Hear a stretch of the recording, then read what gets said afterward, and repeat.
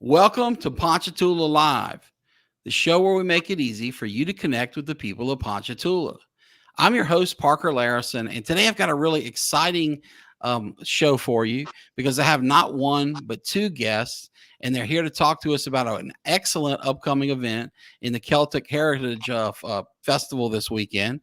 So, with no further ado, I bring to you Erin March and Leslie McKnight. Erin, Leslie, welcome to the show.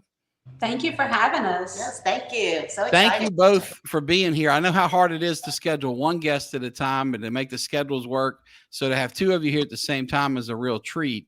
I can't wait to ask you about this event. I see it at Kiwanis Park. I used to live a block away and I'd pass there with my boys, and it's just, I could hear it from a block away. Just the fun being had. I know it's great, and I'm going to ask you all about that. But before we dig into the upcoming festival, why don't we kick things off with you guys sharing a little bit about yourselves and your backstory? So, Erin, if you don't mind going first, tell us a little bit about yourself. All right. Well, I have the wonderful name of Erin March. And so when I applied, actually in 1994, I wrote an essay and was granted the wonderful honor of being Queen of Erin. So, were you the first Queen of Erin who was actually named Erin? That is a really good question. I don't know. There's been quite a few. There have been at least Really? 5 or 6 of us, but we're on our 40th year. So Yeah. I was the 11th queen, and I Oh, do wow. believe there was at least one other Queen Erin before me. Before you, well, that's neat. Well, we're a big fan of Erin's at my office. My law office, where you guys are situated, employs one Erin. Erin Brune is one of our star paralegals, and she's just great. She was my second ever employee. I think I hired when I started my own firm years ago. So we're big fans. I went to homecoming one year with a girl named Erin. Lifelong fan of your name and your crew. As we were talking about off screen, I grew up as neighbors and close friends with the McMahon family who founded it. The late Miss Terry Ann, one of my all-time heroes. She would make us breakfast and care for us when we spent the night. And her very entertaining and energetic husband, Brian, was the first ever guest on this show. So I'm a former member of the crew of Erin. I'm a big fan of the organization, and I can't wait to hear more. Leslie, tell us about yourself. So Erin was, the Queen of Erin in '94. What about you? How did you get involved? We moved to Ponchatoula in 1997. Oh no, I take that back. 1996, and we joined the crew in 1997. Both of my daughters have served on the court. Very Um, cool. Then both of my daughters have also been past queens as well, and also grand marshals. And my granddaughter's currently been on the court for I think about 3, 4 years now. And I have the honor of being the grand marshal this year for the 40th year. That's super exciting. So it sounds like you're really a really royal family with multiple queens and multiple grand marshals and court members. That's really cool. I'm sorry. I think I clicked on the wrong Yeah. screen there. I clicked on my one guest screen. My apologies. As you can tell, we're pretty low tech around here. I thank everyone who may be watching for their patience with this light. You know, the thing about ring lights and computer cameras is they do a great job of lighting you up when it's dark. But when the sun's blaring through your window and you don't have more advanced equipment, there's not much we can do. So thanks for your patience with all these tech issues. So as we mentioned, we're here with Erin and Leslie with the crew of Erin. Well, Leslie, you're the Grand Marshal. Erin, what is your current role? I'm not sure I picked up on the title. How do you fit in with the crew? Well, I'm one of the Queen's directors, Okay, the cool. Royal Court chairperson. But we all wear lots of hats. Lots of hats and lots of crowns. And speaking of queens, both yourselves and the queens that you raised, in your case, Leslie, we should mention that our current queen, Abigail, had intended to join us on the show, but she was unable to make it. And we thank her. We wish her well. We hope she feels better soon.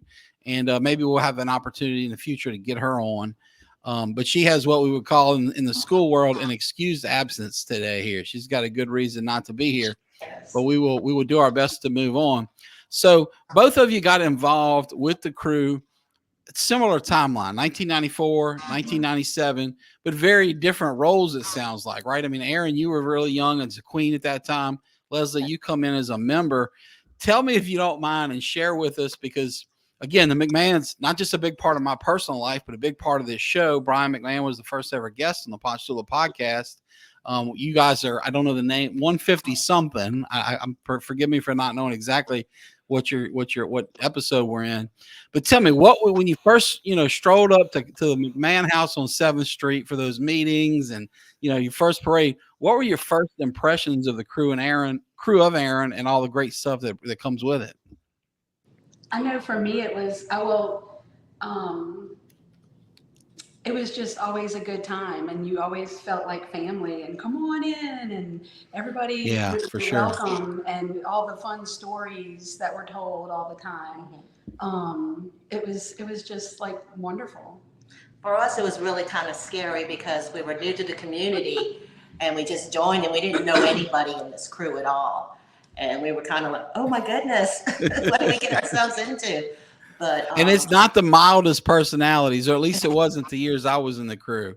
I mean, That's Brian true. and some of the other guys that they're with, we're out there living our best lives. So you didn't come into a quaint, hoity-toity group. It was a fun group, I would imagine. It definitely was a fun group, and it still is. But we've really, in a way, we've rebranded ourselves because we want to stay true to Terry Ann's legacy Right. of really pushing the educational aspect. That was what was so different about Crew of Erin, was that we chose our queen by having an essay contest. So she had to be intelligent. She had to be a scholarly queen. And our young princesses, all of our court members, they were artists. And so they would always Right. have to do a piece of art. Well, when we ventured into doing a festival, we found out, hey, we can do a festival pageant. So we kind of like, we lead double lives in a way. The Crew of Erin has a parade court, which is chosen based on scholarly merit, and then we also have our pageant court, which is competitive pageant for the Hmm. Louisiana Association of Fairs and Festivals. So we're very excited to be so diverse, and we have something Yeah. for the young men. yes. We have What's that? Knights of Erin. We have the Knights of Erin. They can that they do the parade. They're on the parade court, and then for the pageant, I'm sorry if I'm sounding a little bit confusing. I hate to confuse You're people, fine. You're fine. If I'm but with you, I'm sure everybody who's listening and watching is with you. so with the pageant, with our festival court, we have some young men spots, but it's for like the little young babies. It's the Yeah, the Oh, little my bitty guys. grandson might be on it your this year. I'm grandson, going to talk Lacey into seeing if he can, and she'll and let him compete. they're a dragon slayer. So Oh, that's cool. yeah, I I'm mean, like so who wouldn't want to be that? I know. I I'm think so that's just glad waiting on that one. I'm so glad you reminded us of the legacy Miss Terry Ann played in the organization, and of the Yeah. focus on scholarship, because on several layers that was so important to our community. First and foremost, Terry Ann was a groundbreaking educator in her own right. Long before people knew tons about things like ADHD and dyslexia and all these learning disabilities, she Yes. did, and she brought programs to the area that we had never seen, and helped kids learn to read and do so much more. But also, she led by example in her own house. They had a big crew of their own, and all of the McMahon kids were great students. They went to elite universities all over the country. In addition to just being great people. I mean, I can't think of a nicer person in the world than her son, Brendan McMahon, who was closest to me in age. But just all those other girls in that house were brilliant and accomplished. And as I recall, and this is through Brian telling me, she started that because there just weren't that many opportunities for young girls in Ponchatoula. We had Dixie Youth Baseball, but there was no girls softball league back then. We had little conference football, but there was no citywide volleyball league. There was a lot to do for boys and far less to do for girls. And the pageants that existed did not have the academic component of which you speak, Erin. So it's Right. really kind of a groundbreaking organization started by a true trailblazer in Terry Ann McMahon. And it's so important that you're sharing her legacy all these years after she passed away, because she was one of my favorite people, and I know I'm not alone in feeling that way. So thank you for doing that. What about the impact it's made from that front on your lives, Erin? From participating in it, Leslie, for you as a mom who's seen the impact on your girls, what can you tell us what it's like to go through that, and does it help you build self-esteem, skills? What's the impact of being a queen of Erin, or playing in one of those other roles? I think it's so important. I mean, they shoved a microphone in my face the minute that first morning, like, okay, Queen, what, Brian, I can hear him saying, and my queen, what would you like to say to your public? And I'm like, gosh, I don't know. And so you have so many opportunities, and I think even more so now, to do public speaking and to go out and present and represent yourself, and the service aspect, doing a lot of service. We love to do things for our military, flag raisings, things such as that. But our queens like to show up and show out. They like to support local businesses. And it just makes you like a better person all around, really. So, Leslie, did you see that with your daughters? Did it help them flourish in those ways? It did, but the crew wasn't at that time as so out there like it is now. It was pretty much, we did our parade, we would ride the strawberry parade, the parade Right. festival, and that was basically it. So I'm seeing how More much limited this crew activities. has grown in over these years.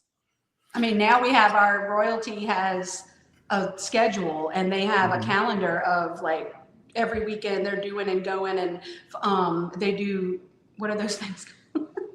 The grand openings. Oh, the ribbon Ribbon cutting. cutting. Oh, yeah, So like ribbon flag cutting. raisings, Sure, yeah.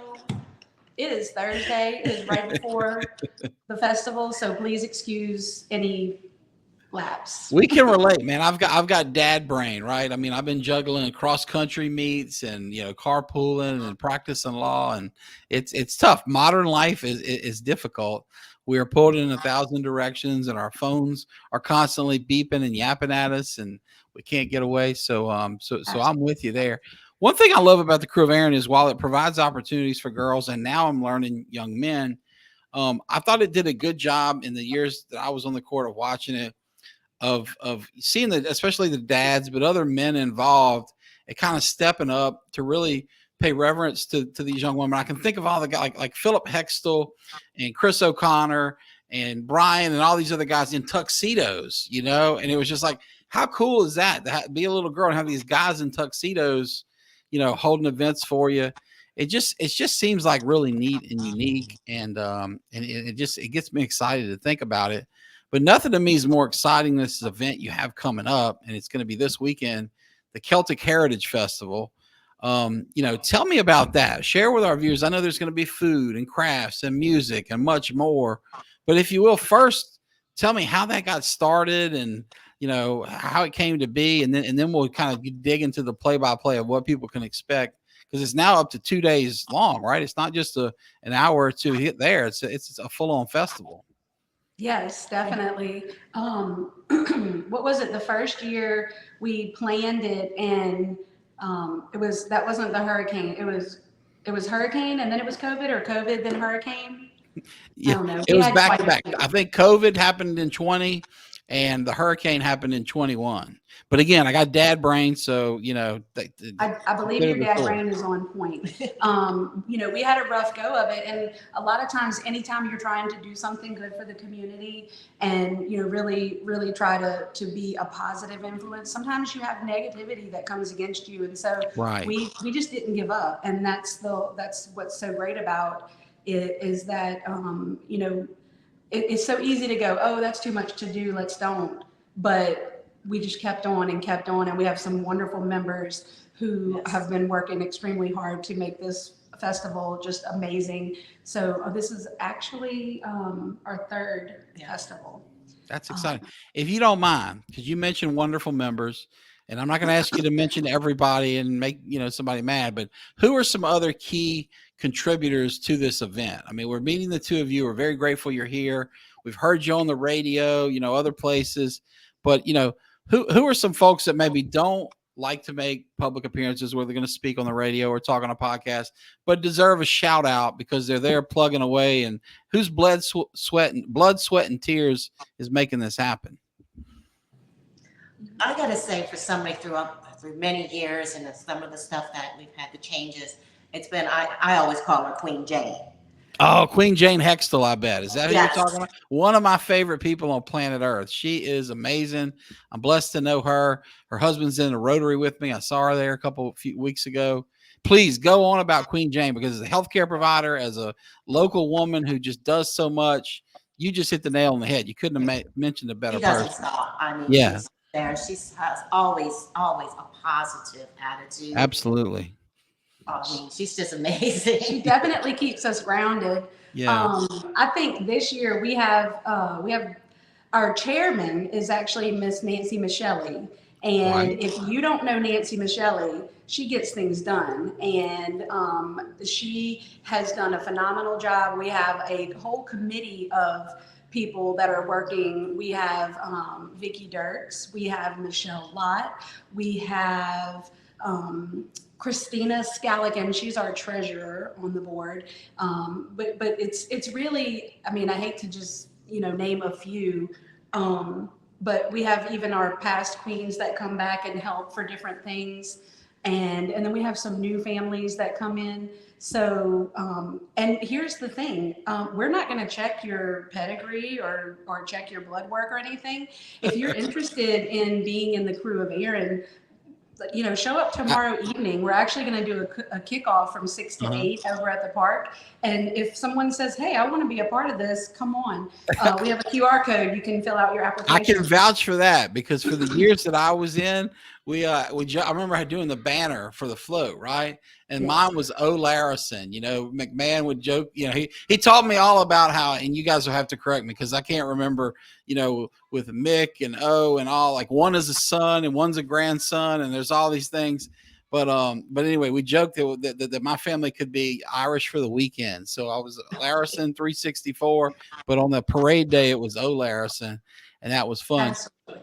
But thanks for sharing. You mentioned like Victoria Dirks. I think she and my wife worked together at junior high.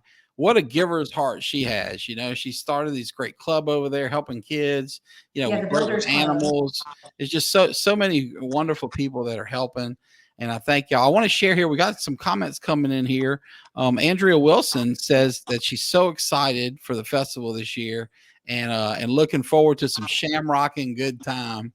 I like that line. Andrea, thank you for chiming in. And I love all these clovers, shamrocks rather, that you have up there. And she also adds that she's so thankful for the amazing chairman and board. And I appreciate her mentioning that, because I can tell you, having served on many local nonprofits, currently the president of TARC, and, I've been president of Rotary and a few other things. You mentioned earlier how maybe you got a little pushback when y'all decided to do this. You came up with this great big idea and said, let's do this Celtic Heritage Festival. Let's expand Crew of Erin, and already a great organization, into something bigger and better. But people don't always like change. And it's usually not the person, like the ones you've mentioned, that's sitting there working with you. Queen Jane and Victoria Dirks are not like, they're not throwing shade at you. It's somebody sitting on their porch who's not going to do a darn thing one way or the other. So it's important, folks, when we do have leaders in our community who step up, like the two women I'm talking to, like the others they mentioned, like the Strawberry Festival Board, the Kiwanis, the Rotary, the Lions Club, the many awesome organizations we have here in this town. It's so important that we praise and thank their chairman, their board members, because none of these guys are getting paid, right? This isn't a big money maker. Everybody's got kids and bills and stuff to do. So, ladies, Erin, Leslie, I'll echo what Andrea said here. If nobody's thanked you yet today, besides that, let me add to it. While we're on the subject of gratitude, who are some people in your life you'd like to thank that help make this, possible? And it could be people that are working on the project with you, or others that have just been supportive. Who comes to mind when I say, who are you grateful for? I have to say Erin's mother and father. They did so much for so many years. And tell me about that. Who are they? What was their role? My mother. Your mother wore so many hats. She really was. She was the treasurer and secretary for many years. And my father was the I'll do what you tell me to do guy. The yes, honey. He was the yes. He was in charge of the honeydew list, it sounds like. An important role wherever you are. You know, they because of them, I've stayed involved with, not because of them only, but their encouragement, and I know that they would be so happy. You know, my dad never met a stranger. He was a Scottish guy. He would talk your ear off. Absolutely, he was our own Santa Claus. They've both since passed. My mom passed in 19. Dad passed in January of 21. We dedicated parades to them, and you know, that was wonderful. But I just can't imagine that they would be like, every time I think about anything that I'm doing, I think about how much they would just love to be there. And I mean, I say that Myra is our guardian angel, because I know she's smiling down like, this is the most fabulous thing I've ever seen. So you know, it's definitely it's a heart thing. Right. It's definitely a work of heart. And you know, you mentioned a minute ago, I don't mean to get off the rails, but we are still in the back on the back burner. We're working on the Terry and McMahon, our Crew of Erin Memorial Labyrinth, and we have been working and raising nickels and dimes literally for About 10 years. about 10 years. Yeah. And you know, we're hanging on to that. We're one of our initiatives, and you know, we can talk about this Would after you the mind festival. telling us about what that is? Because I remember talking to Brian about that, and I remember there being an ad for a long time in the newspaper for it whenever he still had it. Beautiful project. But for folks that are maybe hearing about this for the first time, one, what is it? And two, if folks are able to contribute, how could they do that? Well, okay, so a labyrinth is different from a maze because you keep moving forward and you move on the path, you move to the center. It's a place to be meditative and prayerful and really discover who you are. And for years, we had plans actually out at Rosaryville. We had plans before that property was sold to have like a 40-foot, I think it was 40 by 40, or anyway, a large area of a labyrinth. And we would have memorial bricks, or we would have benches, statues. And, you know, we have the idea, but we didn't have the backing, and we didn't really have the big support. And so, you know, we would love to talk to you about that. We would love to talk to anyone else about that. Yeah. Well, I'll be happy to help, because anything that honors her, I'm for it. And it would honor any loved ones in our community. It would be something that we could go to and we could draw people in. We have the design. It's based off of the chartreuse. Okay, so on my shirt, you probably can't see it. It's okay. Oh, here, we'll try to zoom in there as best we can. Maybe. Oh, there we go. Yeah, we can see that. Yeah. So the labyrinth is below the tree. The labyrinth is below the tree because very cool. Let me get back in my chair. Thank you for sharing that. That was almost like having a stunt on the show. You know, we don't have any active cameraman, so I appreciate you doing a personal Zoom for us. If you like, I could like flip out of my chair. I mean, pretty entertaining. But you know,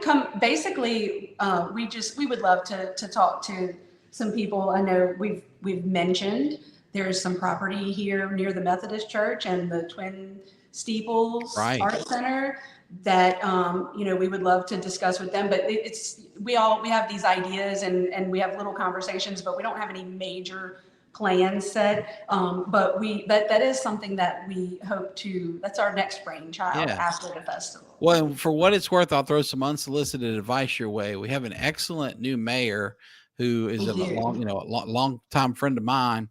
But more importantly, the reason he comes to mind is he grew up across the street from Terry Ann McMahon, and like me, slept in that house or cabana. We were back there more than in the house. And I'm sure, so I'm sure Mayor Wesley Daniels, like me, would love to support you any way we can. And ditto for Chief of Police Parker Layrisson, who was there for all those hijinks as well. But that sounds like a great idea, both for its application to her, but to the rest of the community. That's really neat. What other projects are you guys involved with? Before we'll circle back to the to the actual festival, but you mentioned expanding it. You know, if you can, share with me kind of the schedule, like what happens when, because obviously Crew of Erin is kind of a spring thing, right? The parade is around St. Patty's Day, but what's happening when, now that y'all have such a robust calendar? We're planning on the Emerald Ball, of course, our St. Patrick's Day parade, Right. family gatherings, and the coronation tea. Oh, tell me about that. That sounds fun. My wife and kids love tea, and we went to Britain last year, and so they had their first real English tea room experience. But they go to the English tea room, in Covington. So, I see my wife and all her girlfriends just loving that. So, what's the tea y'all do? What's the event like? We all get dressed up. Yeah, we dress up. I like to wear hats, so Right. we wear hats. And then we do the changing of the court and announce our new court. Very cool. Very Yeah. cool. So as we near the actual festival next week, in 2 days. In 2 days, I mean, not next week, this weekend. Today's Thursday, Saturday, 2 days. But you see, we're kind of frazzled a little bit.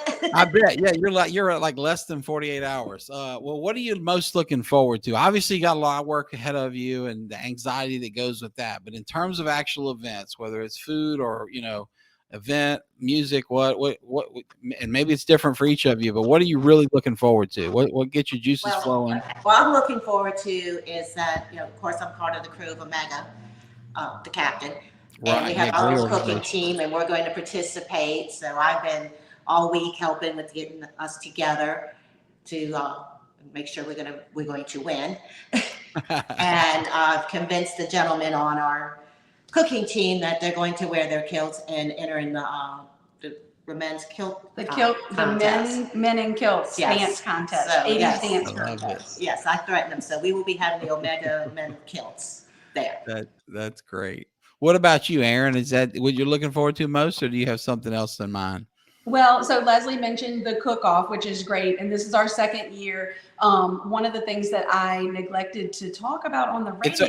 I'm sorry to interrupt, but it's a wild game cook-off, right? So it's not just chicken wings like any old thing. You gotta Please continue. Correct. I'm sorry I interrupted. Now, no, but I want you to understand, because I had some people fussing at me. I was all excited because we have someone marked that they were going to cook. They were going to prepare some raccoon and some beaver, and I'm like, whoa, this is great. But of course, venison and chicken and fish. It's fin, feather, fur. So really, anything goes. Well, I believe it because my wife's church, or I shouldn't say this. We now go to First Baptist, but her old church she grew up in, that her parents still go to, they do this thing they call a wild beast feast.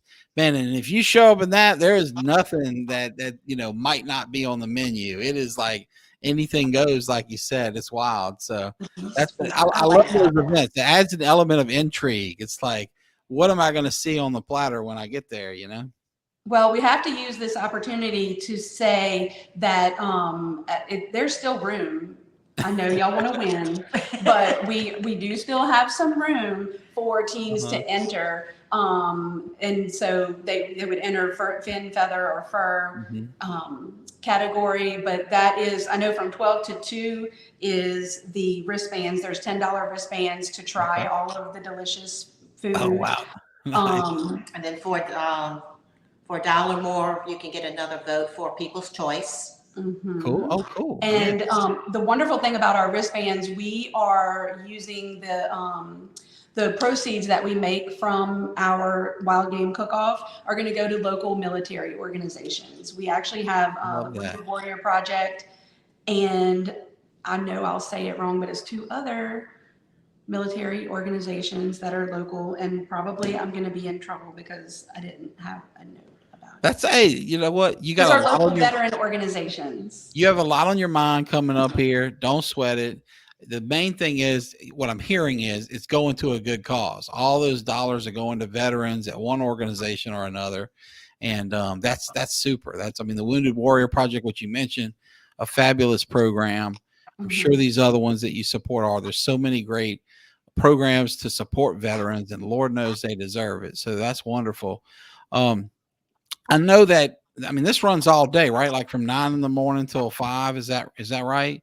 And they're activities 9 to 5, yes. Kids and adults alike, right? So anything you want to highlight on the kid front? Yeah, we have so many things for everyone. In keeping true to our educational roots and purpose, we definitely have a kid zone. What I like about our festival, we are, I think, the only free Celtic Heritage Festival in the area or in the state or maybe even the whole South. Because every time you hear about a Celtic Heritage Festival, you pay an entrance fee of, say, $10 or $20, and you get, yes, you get wonderful entertainment, you get wonderful music, you learn about so Yeah, many but in this things. economy, that's hard, especially if you're talking about bringing a family and kids. That can add up quick. Correct. And so we know that we live in Tangipahoa Parish, and this is the free festival, free fair. Yeah. Like, we want to make it accessible to everyone in our community. And so we are a free festival. So you park, you walk up. We're going to have things we have a kid zone. And of course, there will be things to do. I just want to say on Sunday, there's a unicorn to take pictures with. What? And yes, for real. So I'm very excited. But we have arts and crafts, and we have an axe throwing inflatable, which really sounds oxymoronic, but you have to come out and see it to believe it. So there are some things that you pay for to do, but we will have free activities for our children, the local families, and people to do. We will have free entertainment. You can just walk up and enjoy the Irish dancers. We actually have thistle dancers, which are Highland Scottish dancers, coming on Sunday. We have there's a Highland cow. Okay. People might want to bring chairs too, huh? Bring your chair and come out and sit under the beautiful oak trees. We have our star equipment stage set up already. If you want to go like scope it out, I mean, there's so many things to do for young, old. I almost forgot workshops. We have workshops. They are free. Before we get into workshops, can I share one thing? Because your friends, your colleagues at the Crew of Erin from your Facebook page have posted here that the Wild Game Cook armband proceeds are going to benefit not only Wounded Warrior, as Erin mentioned, but the Ponchatoula American Legion and the Hammond and Ponchatoula VFW, Veterans of Foreign Wars. So I'm sorry to interrupt, but before we got too far away from that, whoever posted that, thank you very much. It takes a village. It absolutely does. It absolutely does. But you were getting into the topic of workshops, and if you wouldn't mind, please return to that.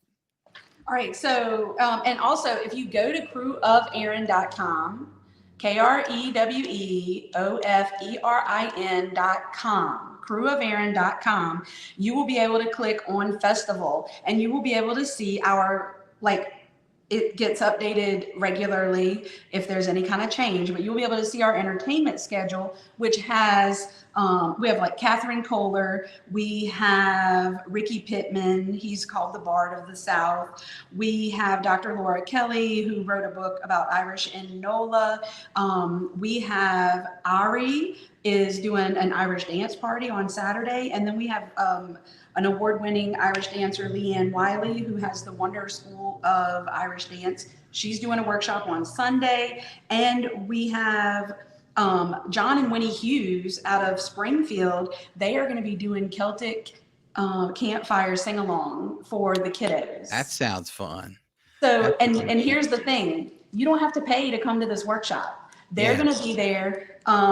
It's going to be indoors. So if it's a little bit warm and you want to come inside the log cabin and enjoy some learning and enjoy some activity, maybe. That's what's so nice about Kiwanis Park. It sets up so perfectly because, like you mentioned, you got the cabin as a resource there to cool off and, if you need it. But for kids especially, I mean, you mentioned all the fun stuff you're going to have for kids. How about the updated playground that's right there, in that park? It was great before. It's even better now. The walking trail that goes around.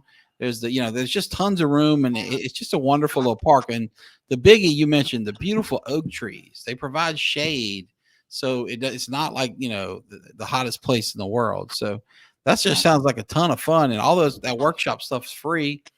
That's just what a tremendous value you're bringing to our community at a time when, with inflation, people need affordable entertainment more than ever. And so it doesn't sound, I'm not hearing anything that's going to break the bank there. That's wonderful. Well, I have a question, Erin. You have these notes here, and it says Scotch eggs. Now, I love Scotch eggs. So, Oh yeah, those are good. These Irish nachos and Welch's cakes. They're going to be there. We are. Yeah, let's talk food. That's what I really want to know Yeah, that's about. what's important. Now we have bunches of vendors. We have craft vendors, food vendors, but the crew of Erin ourselves, we are going to be doing Scotch eggs. One of our wonderful members, Christina Scallican, she made Scotch eggs last year for the kickoff party, and I said, girl, what is wrong with you? These are delicious. So this year we decided that we definitely needed to have those. She's preparing 100 total. So there'll be 50 on Saturday and 50 on Sunday. So folks, if you've never had a Scotch egg, anybody that hasn't had that, go Google it, get on YouTube. I had my first one in my life last year at 46 years old when we went to England, and it's amazing. I mean, the eggs basically, in fried sausage, it's tremendous. So yeah, it fits right in with Louisiana. Absolutely. That's great. I will say we are baking them. So we are baking them, so they're a little bit less. They're more better for you. Yeah, sure. We have Irish nachos and we have Welsh cakes, which actually are a pretty big draw because we're trying to do something that represents all the different nations of the different Celts. We're not just Ireland. We're not just everyone's Irish for a day. We celebrate the heritage of Brittany and Cornwall, and we celebrate Galicia. And so I think it's worded, let me make sure I say it right. We are a Celtic nonprofit organization that instills community service and Christian values to its members. We celebrate Celtic heritage from the top of Ireland to the bottom of Italy. So we invite everybody to come out. And like I said, we're not checking your pedigree. You all are welcome. I didn't know about the connection to the bottom of Italy. That loops my little sons in and their Italian mama. That's pretty exciting. Yes. We got to get that connected. Well, look, ladies, I know I promised you I'd try to get you out of here in about a half hour, and you've been very gracious in allowing me to go over that time, but I don't want to abuse your hospitality anymore because you're clearly very busy. So before I release you to get back to planning this event that's 2 days away and doing all the work that goes with that, is there anything at all on your mind, on your heart, anything else you want to share with our viewers, either about this event or about yourself or about anything else? Just what else would you like to share before we wrap up? You have anything?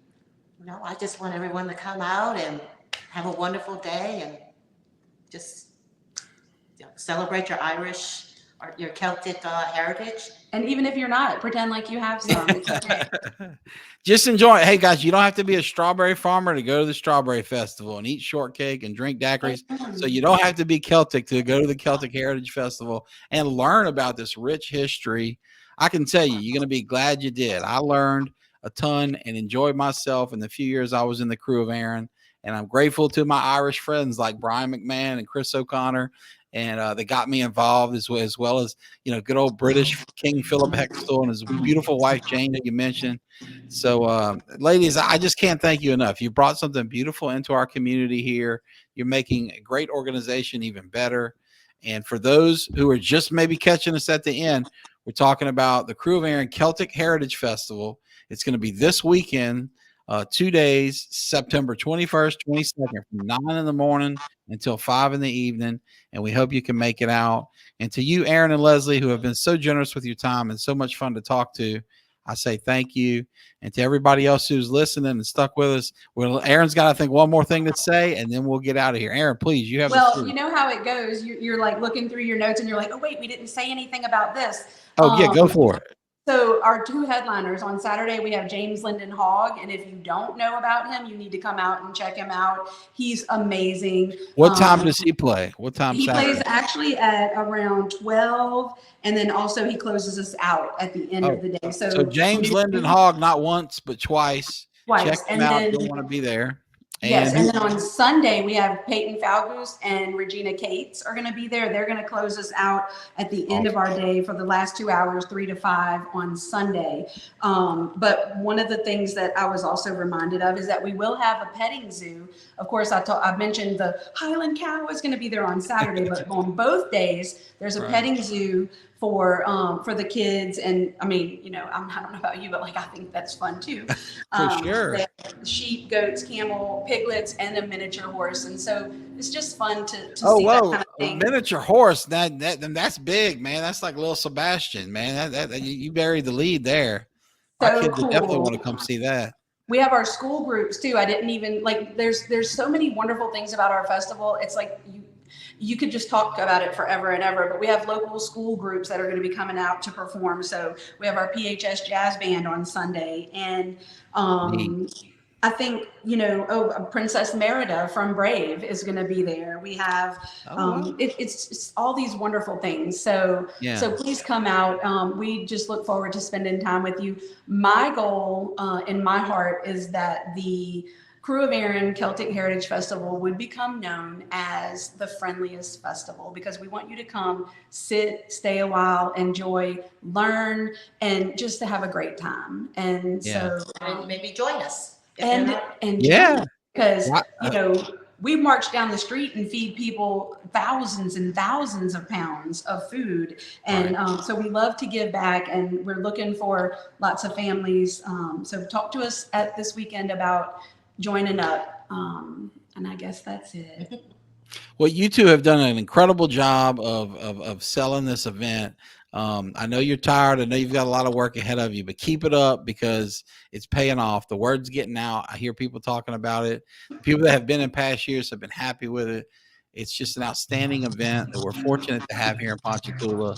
And so one of the things I love about this town, while we have old traditions that we cherish, like the Strawberry Festival, that are so integral to our identity and our fun, we're constantly adding new things. And there's no better example of, you know, this wonderful brainchild of the Celtic Heritage Festival that's, you know, great already and getting better every year. So ladies, I can't thank you enough. I really appreciate your time. To our listeners, thank you for sticking with us to the end. And if the people from the Crew of Erin are still listening, thank you again for your comment. But if you could put a link in the notes now or later, whenever it's convenient, put it in the comments here. That way people that are watching can know they can get to the link, find the schedule that you mentioned, Erin, and hopefully find us. And again, for those that are listening, crewoferin.com is what I'm talking about. So check it out and be there this weekend. Everybody take care, and we'll see you next week. Bye-bye.